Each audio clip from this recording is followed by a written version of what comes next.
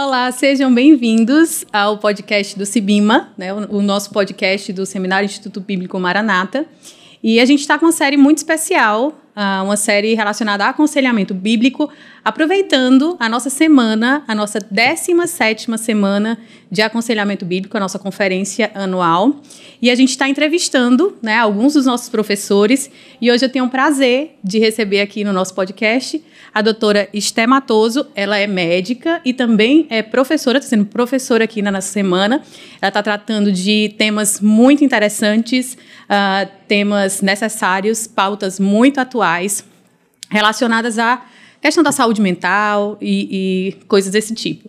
E aí eu vou pedir para você se apresentar um pouquinho, Esté. Seja bem-vinda, é um prazer ter você aqui. Obrigada, Renata. Então, eu sou Esté, eu sou médica generalista atualmente, trabalho em postos de saúde e dou plantões, emergência. Penso em fazer uma especialização, né? Muita gente pergunta na área de geriatria ou endócrino. E penso muito em usar a minha profissão realmente para a glória de Deus, né? Nesse sentido de cuidado longitudinal com os pacientes. E agora tenho tido essa oportunidade de unir duas coisas que eu gosto muito, que é o conhecimento da medicina com a palavra de Deus. E tenho visto como a gente tem muitas respostas na palavra de Deus para as doenças, os males, as mazelas, né? A gente pode trazer esperança, pode trazer uma palavra de alívio com base na palavra de Deus, de esperança e cuidar dessas pessoas, né? A gente tem essa ferramenta poderosa. Então, sou membro da Igreja Bíblica Batista do Planalto e tenho sido muito encorajado pelos meus pastores a atuar mais, estar mais presente dessa forma, com a minha profissão. Muito bom. Antes da gente passar para os temas, né, você está tratando de temas bem difíceis, né, bem espinhosos e muito interessantes. Eu acho que são temas que estão muito em pauta, todo mundo está muito interessado, todo mundo fala muito a respeito, mesmo sem conhecer profundamente a respeito deles.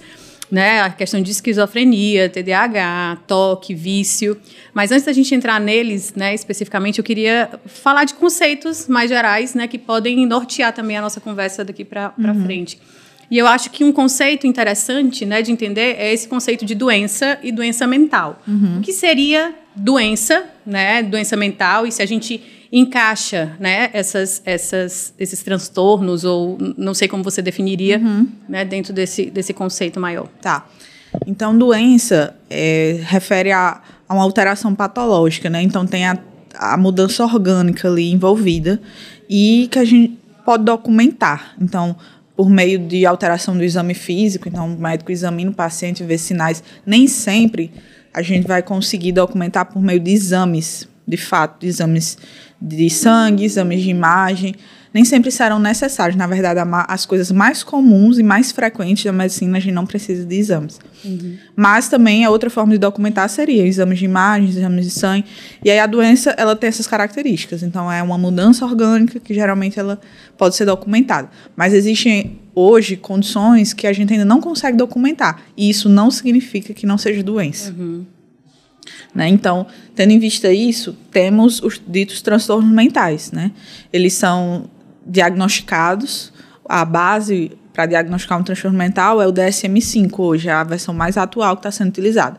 E lá no DSM-5 vem um conjunto de sinais e sintomas, né? E aí a partir de certo número de sinais e sintomas que a pessoa vai apresentar, juntamente com prejuízos em relacionamentos, prejuízos nas atividades, e não ser explicado por outra causa, né?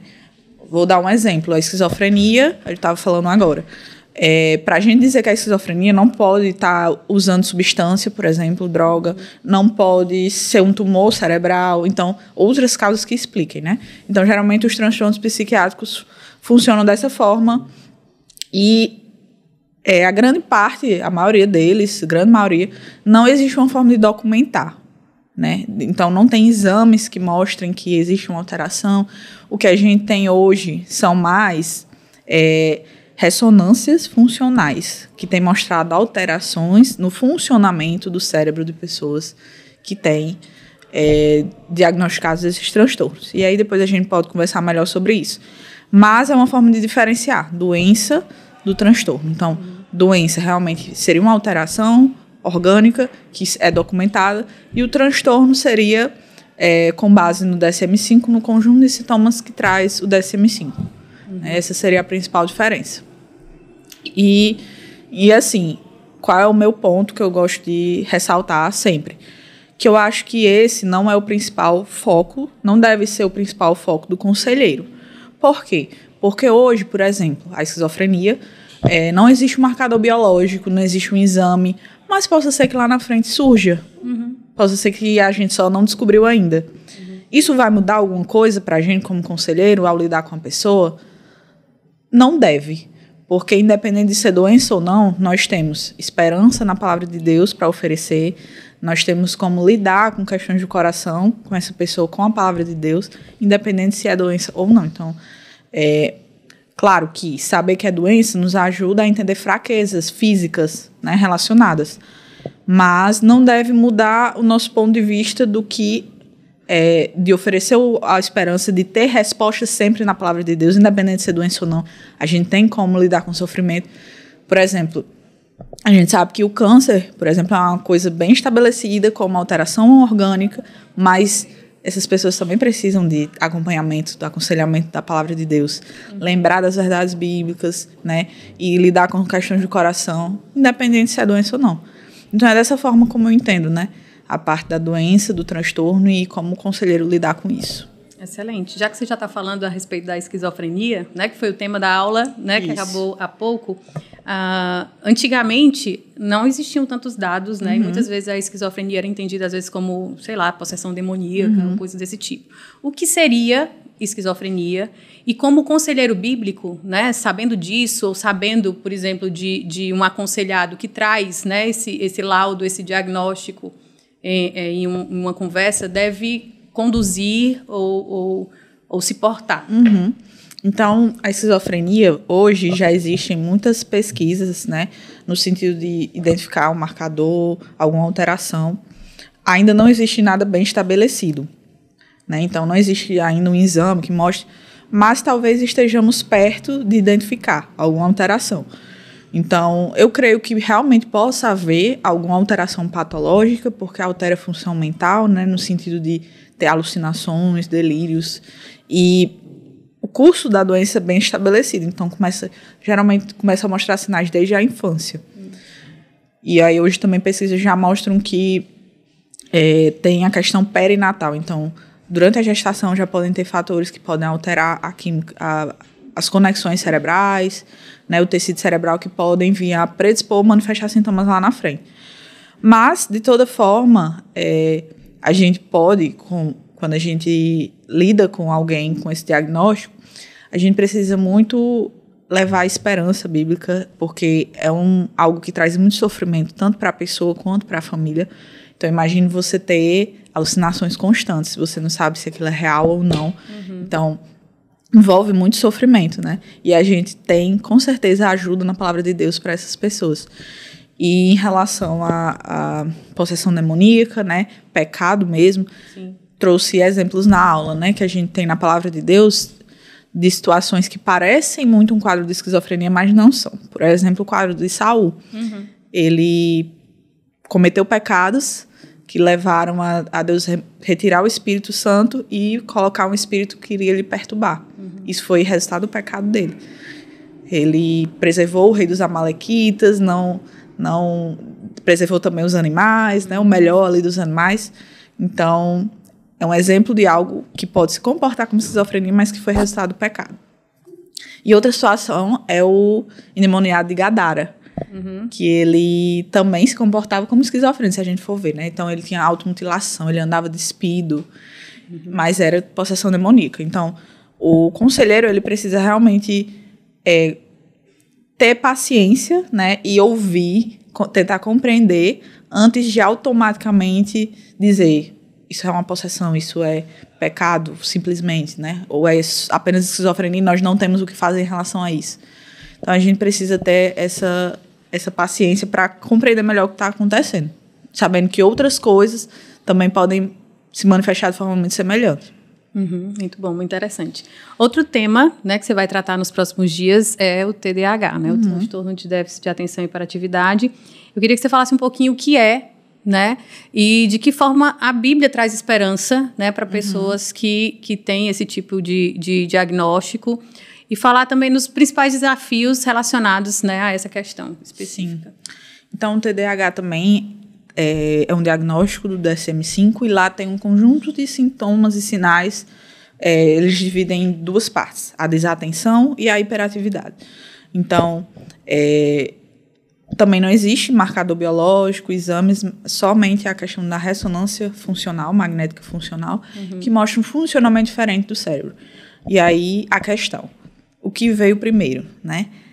Isso é secundário a diversas coisas que podem acontecer, né? Exposição familiar, a forma como foi a infância, né? O ambiente em que está. Eu não creio que determinam, mas eu creio que podem influenciar, né? Nessa questão da desatenção, na impulsividade, tudo.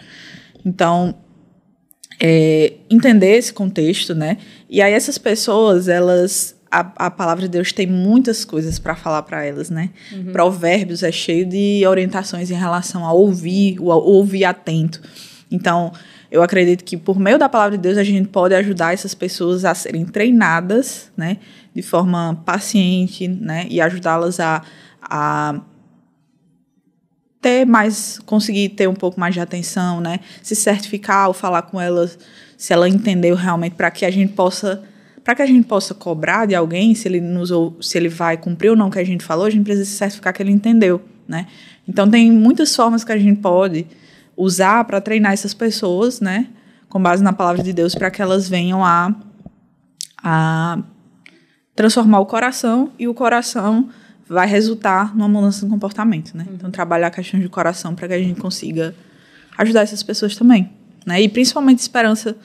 Sempre eu falo, né, oferecer a esperança bíblica para elas, porque não é fácil, né, você lidar com essa desatenção, com essa impulsividade, né, mas a Bíblia também pode ajudá-las, com certeza. Inclusive, aproveitando, né, o tema específico a respeito da escuta, a gente também está com o lançamento, né, de um dos nossos preletores, que é um livro a respeito de escutatória. Geralmente a gente fala muito sobre oratória, mas não fala sobre escutatória, né? A necessidade, a arte, né, de saber ouvir. Muito interessante. Outro tema que você também vai tratar é a questão do toque. E eu acho que hoje em dia, né, principalmente ultimamente, tem se falado muito de toque religioso, né? E eu queria que você dissesse primeiro, né, de forma leiga, para quem não entende do assunto, o que seria o toque. Né? E aí depois a gente pode conversar sobre de que maneiras isso se manifesta também na espiritualidade, na forma como a gente vive a nossa vida cristã e etc. Então, TOC é o transtorno obsessivo compulsivo. É marcado por obsessões e compulsões. Geralmente a obsessão vem a nível de pensamentos, né? Um pensamento obsessivo. E aí ele é aliviado com comportamentos ou até pensamentos compulsivos. Então, é marcado por essa repetição, né, do comportamento, para que alivie aqueles pensamentos intrusivos que a pessoa não quer ter. É importante frisar isso. Não é algo que ela queira. Então, é algo realmente que vem contra a vontade, né? Pensamentos intrusivos, que a gente chama. E aí, a gente também precisa muito entender o que é que está se passando no contexto dessa pessoa, né? Em relação, por exemplo, ao toque religioso. Qual é a teologia dessa pessoa, né? Sim. O que é que essa pessoa pensa sobre ela e sobre Deus? Deus é apenas um Deus distante, que está ali pronto para me punir se eu cometer qualquer coisa, e é só isso, né? Então, avaliar muito bem como é a teologia dessa pessoa, como é que ela enxerga a Deus, como é que ela enxerga o papel dela. Eu acho que é uma forma que a gente pode iniciar compreendendo para poder ter uma ajuda mais direcionada para a pessoa com toque em relação à religiosidade, né? Mas qual seria, assim, a diferença principal entre alguém que simplesmente é muito zeloso, né, na sua espiritualidade, na sua vida cristã, e alguém que tem realmente toque?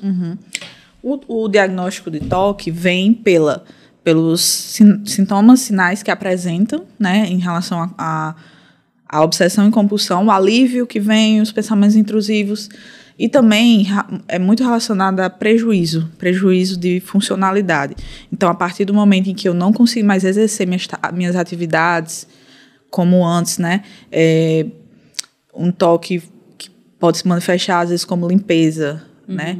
E eu não consigo mais sair de casa porque eu tenho muito medo de pegar uma doença, de ser contaminada. Então, o diagnóstico de toque vem muito em cima disso, do prejuízo social, do prejuízo nas atividades. É algo que realmente como é que eu posso dizer? Limita muito em relação a trabalho, em relação a relacionamentos. Então, a pessoa começa a se isolar. E aí tem também a questão do tempo, né? Observado, geralmente, por 6 meses, esse tipo de comportamento para poder ser dado o diagnóstico, né? Então, não é simplesmente ali uma mania, ou então, não sei, assim, só um estilo, né? Ou uma personalidade, mas é algo que realmente traz prejuízo para o dia a dia, né? E traz prejuízo. Mas, assim, felizmente, hoje a gente tem que falar que talvez exista um super diagnóstico, né? Um sobrediagnóstico, né? Dessas condições. Mas porque não é observado tudo isso, né? Esse tempo também conversando e observando, né? Às vezes, numa primeira consulta já se dá o diagnóstico e não deve ser assim. Deve ser algo que deve ser acompanhado, persiste por um certo tempo, atrapalha as atividades, né? Atrapalha relacionamentos. Eu acho, Esté, que assim, uma das grandes dificuldades, né, a respeito de transtornos mentais e coisas desse tipo, é que ou a gente evita, né, de toda forma, ou faz de conta que aquilo não existe, ou vai para o outro extremo, né, do superdiagnóstico, né, de um diagnóstico que é muito fácil e é pouco investigado, é negligente, eu não sei, é feito de maneira... pelo menos pelo que eu tenho ouvido de você, a ideia não é simplesmente não existe toque, não existe TDAH, não existe esquizofrenia, mas é preciso ter muita cautela e muito cuidado, né, na hora do diagnóstico. E como é que você vê o uso de medicações para tratar um diagnóstico bem feito, né, feito por um médico ou né, um psiquiatra experiente e cauteloso e ético? O que é que você acha? E só para complementar em relação ao assunto anterior, também entender que pessoas têm fraquezas diferentes.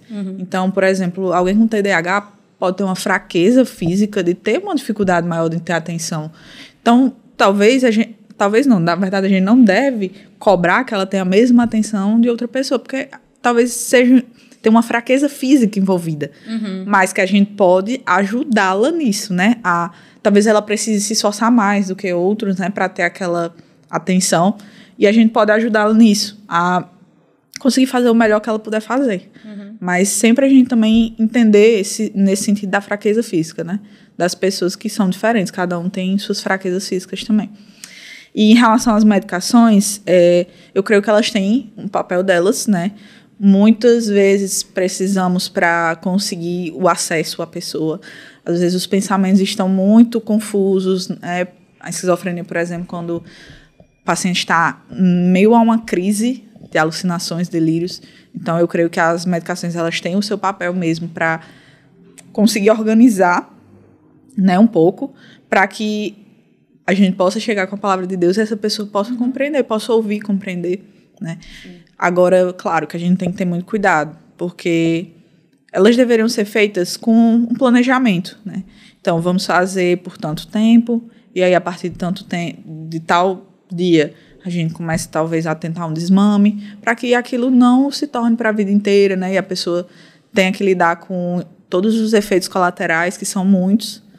E, enfim, cada vez mais a gente vai vendo que vão adicionando mais, e a gente chega para os idosos, né, que já tomam muitos remédios, né, e tem mais medicações lá, sofrem com efeito colateral. Então, eu creio que elas têm o seu papel, mas que também a gente precisa ter muito cuidado de não colocar nossa esperança nisso, apenas nisso, né, e tratar como se fosse a minha única salvação, a minha única solução. Temos que ter também esse cuidado. Mas eu creio que elas têm o seu papel, né, quando bem indicadas, quando bem planejadas, o uso. Mas a gente também vê hoje um uso muito indiscriminado. Sim. Às vezes, numa primeira consulta também, já sai com a receita, já sai com a receita. Nem se detalha muito bem os sintomas, né? Você é muito ansioso e tal, então pega um ansiolítico, né? Então, e elas também, hoje, as medicações ansiolíticos, antidepressivos, elas são usadas para muitas outras coisas também, como para dor crônica, né? Enfim, tem esse uso também. E aí a gente só precisa ter muito cuidado, né? Para conseguir ajudar as pessoas, porque é algo assim que envolve o médico da pessoa, às vezes que não quer desmamar, por mais que ela queira, né? E envolve também a própria pessoa ter essa sensibilidade, essa determinação de saber que ela já cumpriu o seu papel. É hora de talvez tirar, né? Sim. Ou continuar. Mas é preciso ter muita sabedoria nesse momento. Mas sempre o conselheiro deve recomendar a pessoa procurar o médico para fazer o desmame, né? Porque não pode ser removida de uma só vez, né? Tem que ter todos os cuidados. Sim, muito bem. E um último tema, né, que você vai tratar é a questão do vício. Sim. Como você define vício, né, tanto em termos médicos, né, científicos, e em termos bíblicos também? Então, quando eu pensei nessa aula, eu pensei muito no livro do Dr. Ed Waite, que trata sobre hábitos escravizadores. Então, biblicamente eu vejo isso como algo que te escraviza, né? Mas de forma para a medicina seria um comportamento, né, repetitivo ali de substâncias ou comportamentos, né? Tem a questão da substância, tem comportamentos como, por exemplo, o jogo. Hoje em dia está muito em alta. Sim. Vício, apostas, esse tipo de coisa. E que geram, ativam um sistema de recompensa no nosso cérebro. Então, ali na primeira vez que você usa a substância ou que você joga, enfim, você ainda não tem o vício. É algo que é mais... Você tem um poder de decisão maior, digamos assim. Mas a partir do momento que você passa a usar repetidas vezes, ali já vai ativando o sistema de recompensa no seu cérebro, né? E vai se tornando algo cíclico. E aí passa até chegar a um ponto em que você já vai começar a precisar de maiores doses para conseguir fazer o mesmo efeito. Então, assim, mexe com um pouco com a química cerebral. Mas a gente vê que é algo que é inicial. Então, assim, primeiro eu experimento e depois acontece essa mudança da química cerebral. Então, o que é que eu estou querendo dizer? Que não é a mudança no meu cérebro que me faz ser um viciado. Mas então, a questão da responsabilidade pessoal é muito forte aqui na questão do vício, né? Exatamente. Porque eu não seria, digamos assim, um viciado em álcool se eu nunca tivesse provado o álcool, né? Então, essa primeira vez, né, a segunda, são decisões que a gente toma de continuar ali, até que o cérebro ele já passe a ter alteração. E aí chega no ponto também que a pessoa ela não vai mais só apenas usar para os mesmos efeitos, mas para evitar os sintomas de abstinência. Então, chega num ponto em que nem mais tem aquele prazer envolvido, mas é para evitar os sintomas de abstinência, né? Existe pessoas que são mais propensas a determinados vícios ou não? Eu creio que, do ponto de vista bíblico, nós temos lutas diferentes, né? Então, creio que pessoas vão ter lutas muito nesse sentido, em relação a vícios, e outras talvez não, né? Hoje ainda não se tem muito estabelecida relação genética, assim, né? Entre, por exemplo, o pai que usa álcool, o filho também vai usar. Não existe algo tão bem estabelecido, muito embora a gente consiga ver nas famílias, né, um comportamento repetido, ainda não existe algo assim tão claro. Você não sabe se é ambiental ou se seria mais influência do ambiente do que genético mesmo, né?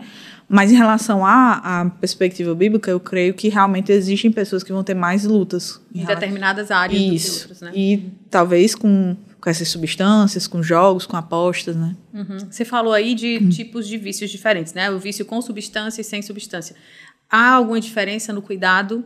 Por exemplo, alguém que é viciado em uma droga específica ou em álcool, né? Acho que é o mais comum na nossa cultura, né, na nossa sociedade. E alguém que é viciado, por exemplo, em pornografia. Existe uma diferença de cuidado ou o caminho é mais ou menos o mesmo?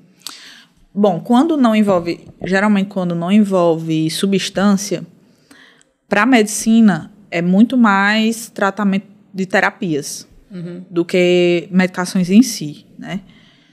E aí que nesse caso, a gente também trazendo para a palavra de Deus, a gente tem a ferramenta da palavra de Deus, né? O aconselhamento bíblico para lidar com isso. Do ponto de vista, quando é usada alguma substância, por exemplo, o cigarro, né, ou o álcool, aí nós já temos algumas medicações e principalmente o cigarro tem várias estratégias que são utilizadas. Então a gente tem adesivo, tem medicação, a bupropiona, tem algumas formas que a gente pode utilizar, né, na área médica para tentar reduzir, né? A gente tem a redução de fissura, que é aquele desejo muito exacerbado, reduzir sintomas de abstinência. Então, são várias estratégias que podem ser usadas nesse sentido.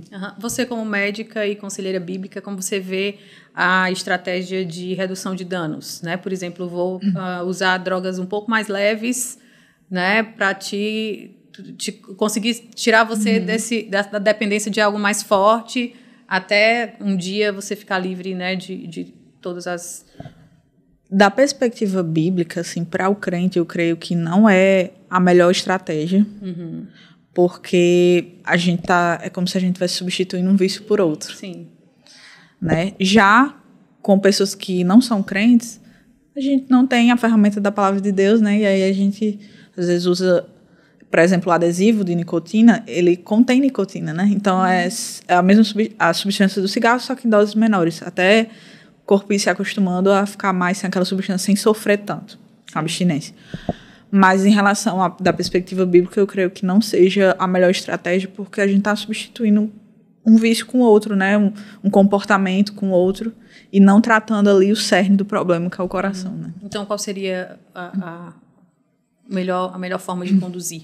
Eu creio que a gente precisa entender as motivações por trás, né? Entender o que é que está acontecendo. Assim, primeiro, oferecer esperança para essas pessoas que lidam com isso, porque parece algo realmente escravizador, né? Você parece que não consegue se libertar daquilo. A gente precisa mostrar que consegue, porque nós não somos mais escravos do pecado. Então, se o Espírito Santo habita em nós, a gente consegue, né? E aí mostrar para a pessoa isso, e aí a gente pode treiná-la de algumas formas, né? Treinar em relação ao pensamento, né? Memorizar versículos bíblicos, a gente encontrar alívio para o nosso sofrimento, para as nossas angústias na palavra de Deus. Então, ensiná-lo a, quando vier, né, aquela angústia, não buscar na substância, mas buscar na palavra de Deus o alívio, o refúgio. Né? Eu acho que muito nesse sentido também. Mas isso não impede também da gente, talvez, poder usar alguma medicação, alguma coisa para reduzir sintomas de abstinência, por exemplo. Né? Mas não, o que eu falo é não substituir apenas um vício por outro, né? Sim. Porque a gente só estaria trabalhando comportamento e não o coração, que é o nosso alvo. A gente já está caminhando aqui para o final, né, da nossa conversa. Muito bom te ouvir, Esther. E eu queria que você falasse um pouquinho sobre o lugar e o papel da comunidade cristã, da igreja, né, no processo de restauração mesmo de quem luta com o vício, né? Ou você já falou também um pouquinho de como acolher pessoas que têm dificuldades, né, em determinadas áreas, transtornos reais, né, que trazem algum tipo de prejuízo. Como é que a igreja, né, ou qual o papel ali da igreja, dessa comunidade cristã nesse processo todo? Então, eu creio que essas pessoas, elas precisam muito de suporte, né, por exemplo, principalmente esquizofrenia, né, demanda muitos cuidados médicos. E toda essa questão traz muito sofrimento também para a família. Então, é muito importante a gente dar esse suporte como igreja. Levar para uma consulta, às vezes custear uma medicação. Né? Eu creio que é muito importante isso. Estar ali junto, porque são situações em que as pessoas também tendem a se isolar, deixar de congregar. Então, elas precisam ser encorajadas, né, a estar ali na comunhão dos santos, estar ali congregando, para estar ouvindo a palavra de Deus, né, mesmo que muitas vezes a nossa vontade não seja essa de estar ali, seja de estar em casa, mas é um mandamento, né, lá em Hebreus fala, para não deixar de congregar. E aí também, não ser tão rápido em apenas falar que é pecado. Isso é pecado, isso é falta de fé. Não. A gente precisa procurar ouvir, primeiro ouvir, né? O que essas pessoas estão passando, entender o contexto daquilo ali, daquele sofrimento, porque tudo isso que a gente está falando gera sofrimento. Sim. Não é algo que as pessoas simplesmente queiram, né, passar por aquilo ali. Então, gera um sofrimento e a gente precisa acolher esse sofrimento, a gente precisa ouvir, a gente precisa dar esperança para essas pessoas. Um dia, se elas são crentes e filhos de Deus, o nosso corpo será glorificado e nós não mais teremos essas lutas, né? Olha que coisa maravilhosa. Então, a gente precisa lembrar as pessoas dessas verdades do Senhor, né? E sempre caminhar com elas, né? Caminhar com elas, orar com elas. Eu acho que como igreja a gente consegue fazer muita coisa. Hoje lá na igreja a gente tem um ministério, que é o PESC, que a gente tem atuado como profissionais de saúde em atendimentos, tem sido muito bacana. A gente vê assim, a interação, né, dos cuidados da saúde com o evangelismo, com o cuidado da própria igreja. E é muito bacana quando a gente consegue unir essas duas coisas. Legal. Às vezes as pessoas nem se sentem muito bem-vindas, né, na igreja. Tem aqueles irmãos que ficam olhando ali torto, né? Você não se sente acolhida, não se sente bem-vinda e por isso evita, né? E às vezes alguns transtornos, né, trazem algum tipo de movimento ali, né, na dinâmica às vezes mais tranquila na igreja. E é interessante esse chamado mesmo para esse olhar misericordioso, né, de se colocar no lugar do outro, né, de sentir a dor do outro, né, abraçar as famílias que também estão ali sofrendo junto com esses irmãos. Para encerrar, eu queria indicação de livro. Tem algum livro que você indique para quem é da área, né? Talvez quem é médico, quem é psicólogo, psiquiatra, e quer olhar toda essa questão sob uma perspectiva bíblica, né?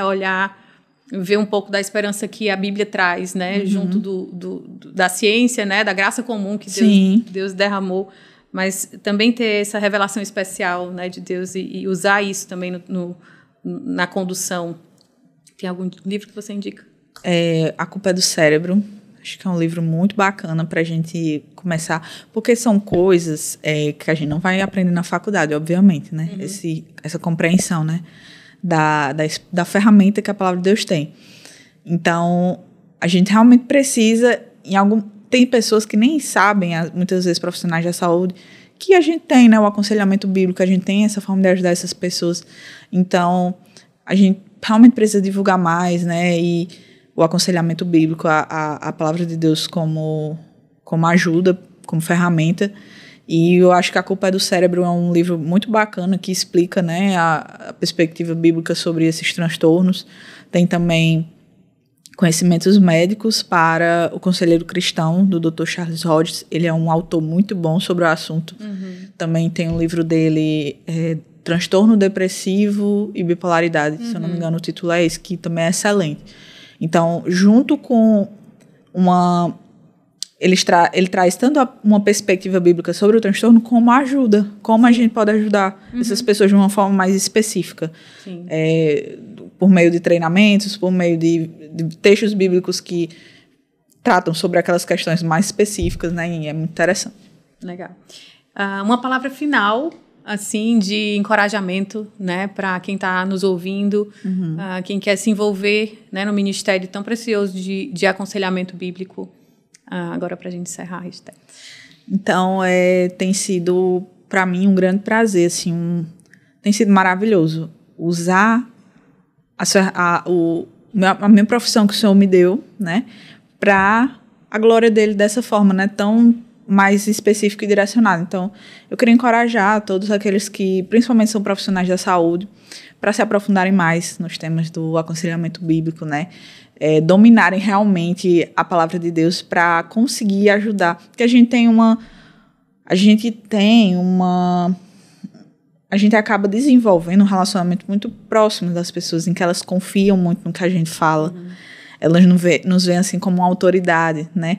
E imagina nessas oportunidades a gente conseguir oferecer a esperança da palavra de Deus para essas pessoas. Então, meu encorajamento hoje seria para as pessoas que trabalham, né, na área da saúde, para que elas possam se apoderar, digamos assim, né, dessa ferramenta, para que a gente possa ajudar as pessoas, mesmo não crentes, mas a gente pode evangelizá-las e levar esperança, né, em meio a gente tem uma crescente assim de sofrimento mental, sofrimento psíquico, que a gente precisa ter misericórdia, né, a gente precisa ter paciência para ouvir, que é algo também Não é todo mundo que ouve, né, e tudo. E só o ouvir, muitas vezes, já é muita coisa para essas pessoas. Então, ouvir e ter uma resposta bíblica de esperança para dar para elas. Certo. Agora, Esté, quem quiser te encontrar, ouvir mais, né, de ti, te acompanhar de alguma forma, quais seriam os meios, os caminhos? Eu hoje só tenho Instagram, né? Meu Instagram é EstherDMM. Certo. Mas pretendo ampliar aí as redes sociais, né? Muito bom. Foi um prazer imenso conversar com você. Prazer também, Renata. Muito bom. Muito bom ter você aqui com a gente também na nossa 17ª Semana de Aconselhamento Bíblico. Esperamos que você esteja aqui conosco, né? Muitas outras vezes. E é isso. Deus abençoe seu ministério. Muito obrigada pela tua contribuição. E é isso. Um prazer estar aqui também no nosso Cibima Cast, né? No podcast do Cibima. E ainda tem muita coisa aí durante a semana. A gente está no nosso 3º dia, mas ainda temos 2 dias bem intensos pela frente, né? Tarde e noite na sexta-feira, no sábado de manhã e de tarde. Então, um banquete, realmente, né, da palavra de Deus e de como ajudar outras pessoas. Sim. E é isso. Tchau, obrigada. Tchau.